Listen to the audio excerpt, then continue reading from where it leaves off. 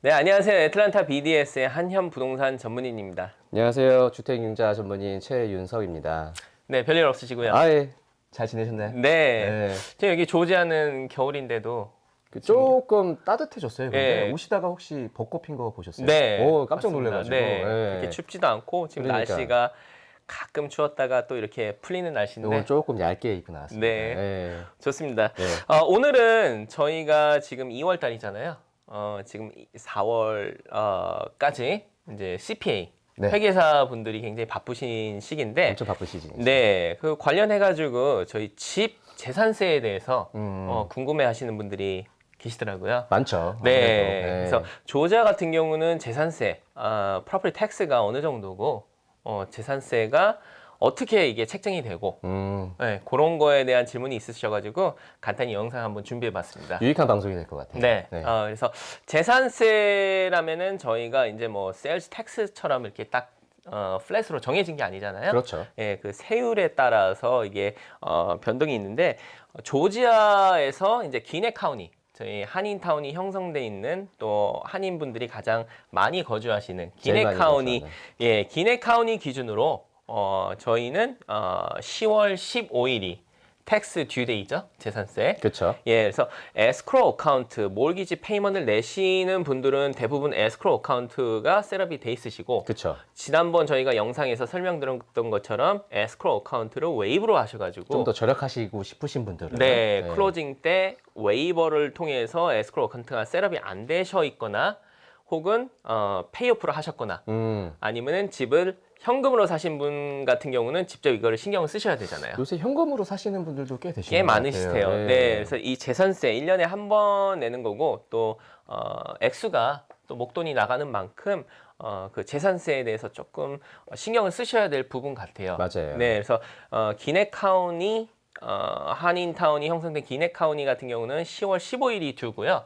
10월 15일 전에 저희가 4월 달에 재산세 고지서라는 거를 받습니다. 그래서 Tax Assessment Statement이라고 네. SS 밸류에 대해서 이 연도에 이 해에 재산세를 어떻게 책정을 할 거고 이제 집 property 밸류가 어느 정도 되는지에 대해서 이제 통지를 받으세요. 그 고지서를 신경을 안 쓰시고 네. 보통 안 보시는 분들이 대부분일 것 같아요. 그쵸. 네. 네. 그래서 그 고지서가 한 4월 달 정도에 발부를 돼서 4월 안에 받으신다고 생각하시면 되고요. 아무 뭐 액션이 없으시다, 뭐 이의 제기가 없으시다 하시면은 이제 8월 달에 이제 그 텍스 스테이먼을 받으시고 듀는 10월 15일이라고 생각하시면 되고요. 경우에 따라서 카운티에 따라서 1년에 2번 나눠서 내는 카운티도 있고요. 그리고 또 시리 구액에 포함되어 있는 지역 같은 경우는 또 시리 텍스가 따로 있죠. 구네 카운티 같은 경우는 그러면 한 번에 일시불로 지불을 하는 네, 거예요? 기네 카운티 같은 경우는 10월 15일 한 번에 이렇게 하는 경우도 있고 또 풀튼 카운티 같은 경우는 1년에 2번 나눠서 두 번으로 나눠서. 네, 그렇게 납부를 하는 그 카운티도 있고요. 이 텍스 재산세를 이렇게 처음에 제가 말씀드렸다시피 플랫 이렇게 딱 정해진 게 아니잖아요. 네, 그래서 재산세율이라는 게 매년마다 조금씩 바뀝니다. 굉장히 궁금해할 것 같아요. 네. 이런 질문 굉장히 은근히 많이 받아요. 그렇죠. 네. 그래서 타주에 계시는 분이나 아니면 다른 지역에 계시는 분들 같은 경우는 조지아 같은 경우는 도대체 재산세가 어느 정도 얼마예요? 이렇게 많이 궁금해 하시는데 이 재산세율이라는 거는 매년 조금씩 바뀌고 카운티에 따라서 카운티의 버짓에 따라서 카운티의 시리 버짓에 따라서 매년씩 조금씩 바뀌는데 평균적으로 기네 카운티, 저희가 한인타운이 형성되어 있는 기네 카운티 같은 경우는 30에서 32 밀 레이시라고 이렇게 세율이라고 생각하시면 돼요. 네. 여기서 제가 방금 말씀드렸던 밀 레이시라는 거는 천분율을 라틴어로 이제 밀리지라고 하는데 텍스에서 원 밀리지는 곧 1000분의 1달러라고 생각하시면 1000분의 돼요. 1달러로? 네, 그래서 원 밀리지 평가 가치액의 1000분의 1달러라고 생각하시면 되고 기네 카운티 같은 경우는 30에서 32 밀리지 곧 집가격의 대략 한 1.3%에서 1.35% 지역마다 조금씩 다를 것 조금 같아요. 편차가 있습니다. 네. 네, 그래서 시리 구역에 있는 지역이든지 아니면은 그냥 카운티 텍스만 해당되는 지역이는지에 따라서 조금 편차가 있고요. 평균적으로 한 1.3% 정도라고 생각하시면 될 것 같아요. 그러면은 집 가격의 1.3에서 1.35%를 매기면 이제 12개월로 나눠서 계산을 한번 해보면 네. 한 달에 지출이 얼마 정도 되는지를 알아볼 수는 있겠네요. 네, 맞습니다. 그래서 한 달에 이제 내시는 몰기지 페이먼에 다 포함이 돼 있잖아요. 네. 원금, 이자, 재산세, 그다음 집보험 이렇게 포함이 돼 있기 때문에 재산세 부분에서 한 달에 얼마 정도가 나가는지는 예상을 하실 수가 있습니다. 네. 그런데 그런 질문을 저도 가끔 받는데 네. 재산세 고지서를 4월에 이제 받잖아요. 네. 세스면 발류가 얼마라고 해서 네. 재산세가 이 정도 될 거다라는 고지서를 받았을 때 네. 저희가 어필할 수 있는 기회가 있지 않나요? 네, 맞습니다. 그래서 만약에 좀 부당한 금액을 받았다라고 생각을 하면 어떤 액션을 취할 수 있는지 저도 좀 헷갈리더라고요. 네, 그 4월 달에 발부되는 그 SS 스테이먼트 네. 재산세 고지서를 받으시면은 45일 안에 이 밸류가 올해는 내가 이렇게 생각을 안 했는데 생각한 밸류보다 높게 나왔다 하면은 이의 제기를 하실 수가 있습니다. 그래서 그거는 받은 날서부터 45일 안에 어필을 하실 수가 있고요. 어필이 받아지면은 이제 카운티에서 그러면 우리가 이렇게 조정을 하겠다라는 협의안이 옵니다. 협의안이. 예, 그래서 offer to settle이라는 거를 받으시고요. 거기에 이제 동의를 하시면은 30일 안에 수령을 하시면 수락을 하시면 됩니다. 그래서 그 수용 여부는 within 30 days 안에 30일 안에 하면은 한번 이렇게 조정이 된 재산세에는 3년 동안 고정이 3년 동안 됩니다. 고정으로 네. 되고 그러면 이게 솔직히 일반 사람들이 하지는 못할 것 같은데 네. 이런 거를 대행해주는 뭐 업체라든지 뭐 그런 회사들이 있나요? 네, 물론 일반 개인적으로도 이런 어필을 하실 수가 있고요. 근데 사실 뭐 복잡합니다. 어필이라고 무조건 어필을 한다고 이 재산세가 조정이 되는 건 아니고 거기에 대한 타당한 뭐 서포트 자료라든지 이런 뭐 다큐멘테이션이 있으셔야 되니까 떨파리가 있습니다. 요거를 이제 아주 좋은 내용. 네, 그래서 재산세를 협의를 해주는 떨파리가 있어가지고 재산세를 조정한 만큼의 퍼센티지를 피를 차지를 해가지고 그 일을 대행을 해주는 업체들이 있습니다. 굉장히 중요할 것 같아요. 네. 게다 매년 4월에 고지서를 받으시면 어필을 하든 안 하든 이런 어떤 제 떨파리의 회사와 한번 상담을 받아보는 것도 밑자 본전이니까 네, 좋죠. 밑자 본전이니 네. 어차피 3년 동안 고정이라고 말씀을 하시니까 그럼요. 그러면 굉장히 좋을 것 같아요. 네, 요즘같이 집값이 많이 뭐 조지아 같은 경우는 작년 대비 한 8% 정도 네, 집값이 많이 올랐기 네, 때문에 요즘 같은 경우는 사실 뭐 에스크로가 있다고 하셔가지고 신경을 안 쓰시는 것보다 이런 고지서를 받으시면은 조정을 해서 어필을 하시는 것도 하나의 방법이기 때문에 그렇게 한번 생각을 염두를 한번 해두시는 것도 좋을 것 같아요. 그렇네요. 진짜 이런 방법이 있는 거를 이제 처음 알았으니까 네, 매년 한번 좀 상담을 받아보는 것도 네.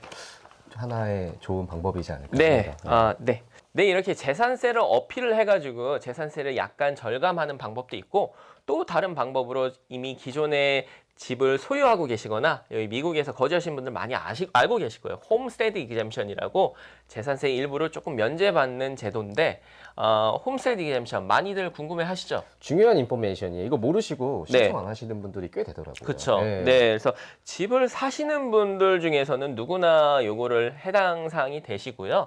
각 카운티에 해당되는 웹사이트에 올라가시거나 아니면 메일을 받으실 거예요. 그래서 매년 한 1월, 2월 달 정도면은 이 메일이 발송이 되고요. 듀데이는 4월 1일까지예요. 4월 1일까지니까 보통 1월에서 2월까지는 신청을 하는 게 좋겠네요. 네, 그래서 4월 1일까지여가지고 요거는 자동적으로 해당되는 게 아니라 자발적으로 이렇게 어플라이를 하셔야지 적용이 되는 제도이기 때문에 이 홈스테드 이그젬션 누구나 다 하실 수 있고 4월 1일까지 그리고 한 가정당 한 채에만 해당이 됩니다. 투자용이나 아니면 뭐 세컨홈 같은 경우는 해당이 없는 거고요. 네, 해당 사항이 없고 그래서 이 홈스테드 이그젬션을 만약에 신청을 하시게 되면은 카운티에서 이제 어프로가 나면은 집 밸류 저희가 재산세를 책정을 할 적에 그 집 밸류에서 한 3% 내지 한 5% 정도 조지아 기준으로는 2,000불 정도가 면제가 되기 때문에 그렇게 큰 금액은 아니지만 그래도 한 1년에 한 4,500불 정도 30만 불 주택 기준으로 그러니까 뭐 안 할 이유가 없죠. 저도 이거를 신청을 했는데 네. 오늘 좀 그 외에 좀 더 중요한 정보를 알고 배우는 것 같아요. 그쵸. 이게